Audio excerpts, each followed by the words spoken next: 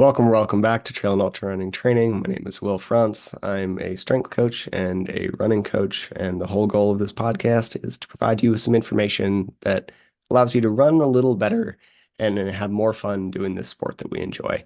If you like it, I'd really appreciate it if you shared it with somebody or subscribed or did any of the things that tell the robots that this is useful to you.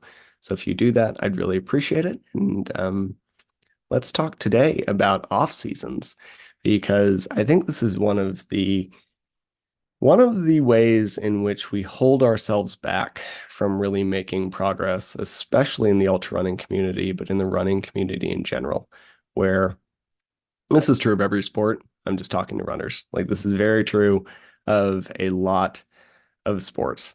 And we end up in this like year-round performance quest.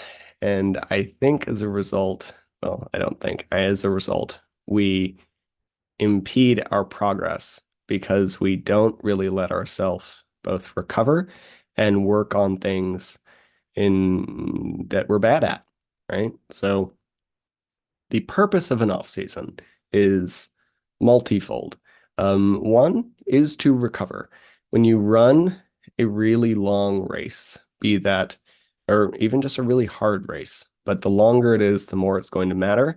If you are crossing that finish line feeling like you gave everything you had to give, be that a 100 miler or a marathon or whatever, if you go race a 5K really hard, you need to recover. You're still pretty burnt. If you race a marathon really hard, you will need more recovery time. And this is even more true for ultras, for almost all of us. So the purpose of an off season, first and foremost, is to help you recover from the race in which you really tried to push yourself. And this is the difference for many in between like running a race just to run it and be with the community and have a good time versus like racing a race and going out there and giving your all and crossing the finish line feeling like you worked really hard but you really didn't have anything else to give. Like that level of performance requires recovery. And we can take a training like macro cycle. Often that's in terms of a year, but in running it can be a little shorter.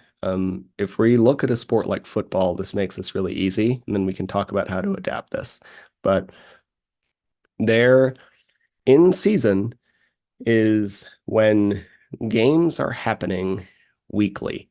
So from like first game of the season to whenever their postseason, hopefully Super Bowl happens, they are in season. The whole purpose there is not necessarily to get more athletic or to get fitter or to get in better shape. It is to perform. They have hopefully built most of what they need in the off season, preseason, etc. And they are now putting all of that fitness and skin, whatever, to the test in season. The changes that are often going to make in that someone's going to make in season is more on the like skill side. Like they can get their pass structure or whatever better, but they're not necessarily going to improve as athletes because they're in this constant like push really hard and recover cycle, and there just isn't a lot of time to get stronger. We can get a little stronger, especially if programming is done incredibly well. We're seeing some really good strategies in high level athletics where they pair their strength training. They do almost daily strength training, but only a couple movements paired around practices in a way that allow them to get stronger through the season. But it's rare and difficult and tough. And then post season is going to be just recovery. Post is really you're trying to bring your body back to homeostasis, which just means it's like happy settling point. So you're going to probably consume a lot of extra food during this performance space, and your gut's probably not going to be super stoked about it because it's more than it really wants to take in. So we're going to come back to whatever level of intake is reasonable for you, probably more vegetables and more whole foods than a lot of these like highly digestible carbohydrate drinks, that kind of stuff. And we're just going to return the body to happiness, get you sleeping better, and drop your cortisol down. And then off season is when we will work on skills, getting stronger, things that we're not very good at doing, and things that help our performance, but aren't necessarily immediately applicable to performance. So this would be really heavy strength work for runners. This would be like VO2 max, top end cardio work for ultra runners. Like this is the stuff that we would like is helpful, but probably not a thing we're going to do really close to a race. And then preseason is just getting yourself ready for the race. It can be super short. It's probably more of a mental pep talk than anything else. Then in season is go time, right? And this calendar works really well for like traditional sports of, or at least the big five sports or any of these sports where we have like weekly games for a period of time and then not weekly games for another period of time. It looks a little different in running because we're going to take that model. Then in season probably means the race day. And that's probably technically it. We could branch it out a few weeks depending on how none of this is set in stone, right? So you can view this however it helps your brain view it. You could push it maybe a month or two out from when you're really building a peak, doing a ton of tempo work. That could be what we'd view in season because that's when you're really starting to crank a lot of those like highly digestible carbohydrates. We're probably not necessarily making massive improvements. We're at this like fine tuning point. So any of that could be considered in season. But point is, it's not a very long window for runners. It's not this like 20-week, or if you're in hockey, what is it, like 9 months? Their season is eternal. But it is a fairly short window to be in season as a runner. So instead of a yearly progression, we might see this like every 3 to 6 months on a smaller scale. But it is important for us after a big performance to take a post, to take some recovery, to bring our body back to like a happy, normal place. And then for our off season or like really early season, however your brain wants to categorize it, this is when we want to work on our deficiencies or work on things that will help us improve performance, but aren't directly one-to-one comparable to our race. And the things that I like to do here for especially ultra runners is going to be one, heavy strength training. I really like the message that we hear on currently going around the running community that heavy strength training is super helpful. But I think there is some level of responsibility with where we position it in a calendar. Because if you're working for a really heavy set of five, that is a lot of stress, especially if you're pretty strong. That is a lot of stress on the joints. It is a lot of weight.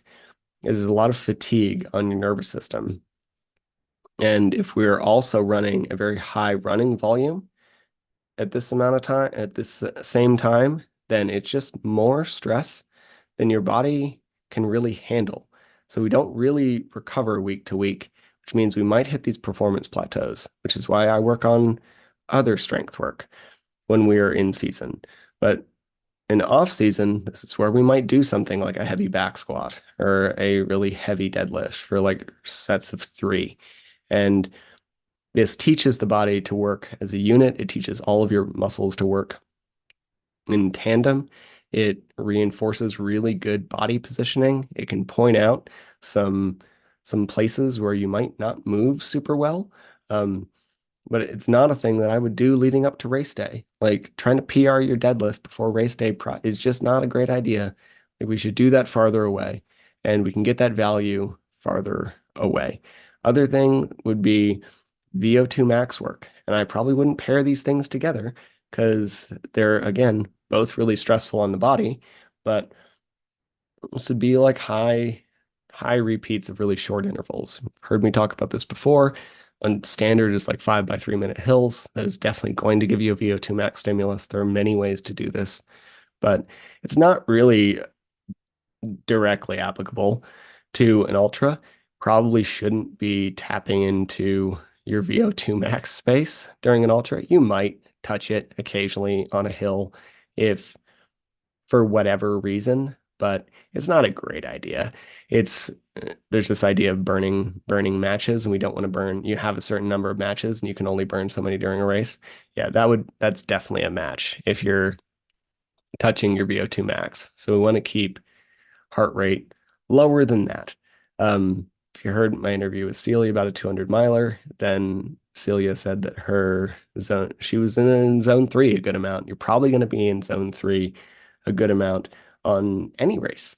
Um, Even at these really long distances, it is a race day, very highly applicable thing, which is why some lactate work or tempo work or whatever you want to call it stays really applicable all the way up through up to and through our taper.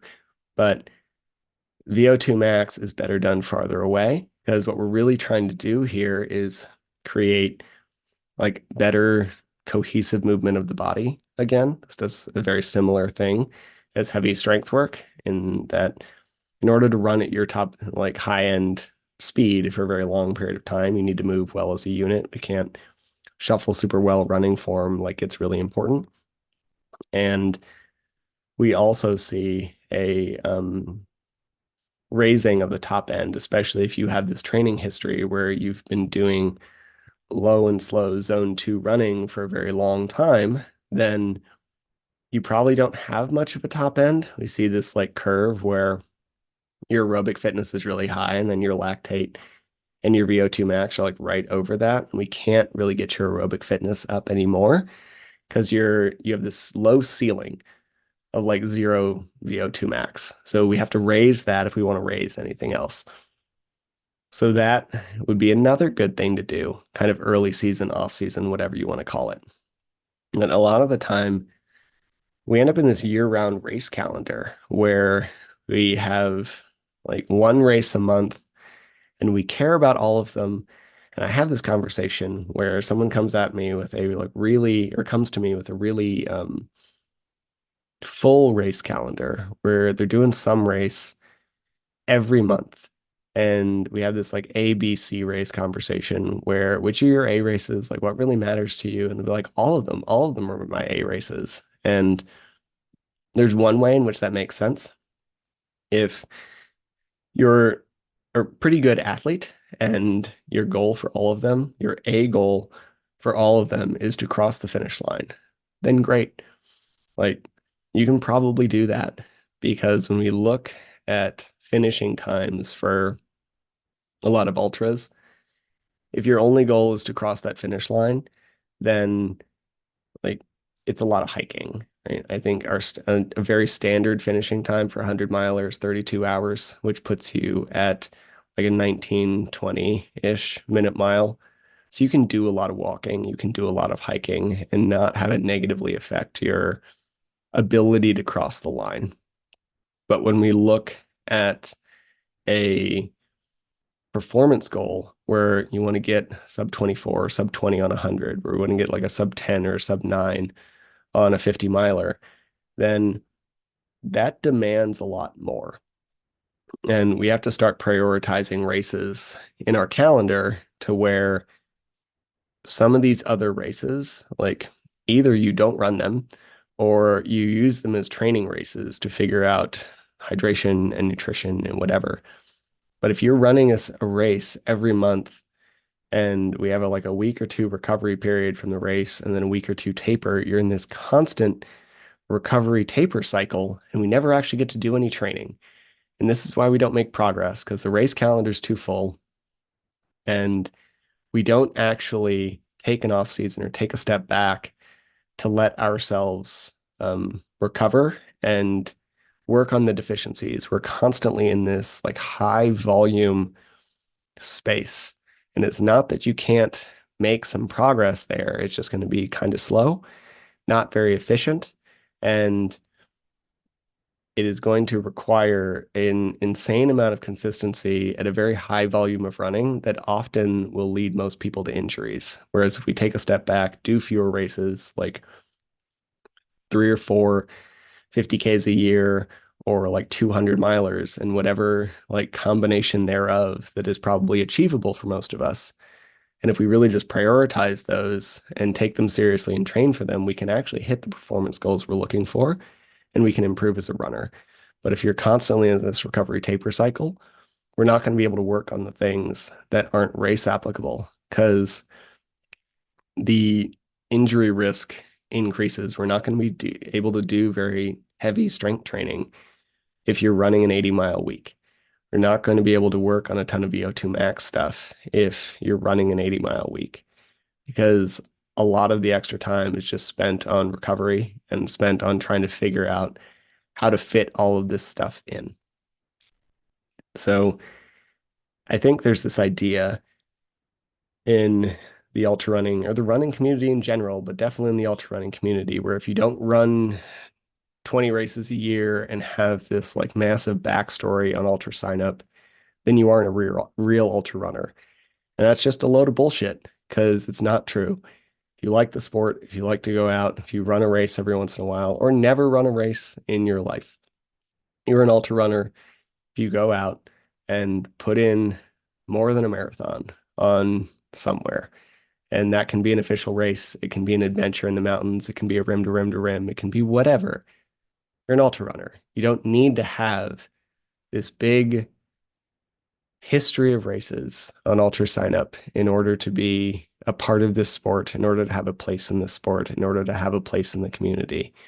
If you want to be a bigger part of the community and you don't race, then go volunteer. Like go help someone else who's racing. It's a really great way to spend your weekend in usually a really pretty area. Um, that is a great way to participate while still allowing you to get in a lot of training and allowing you to run a season in a way that's really helpful. You don't need to run 20 races a year to be an ultra runner. And taking an off season and taking some recovery time and like planning your year in a way where we're really only trying to perform at a high level a couple times a year will absolutely increase your running performance. And I hope that was helpful. And I'm going to head out. I hope you have a great day and go have fun on the trails.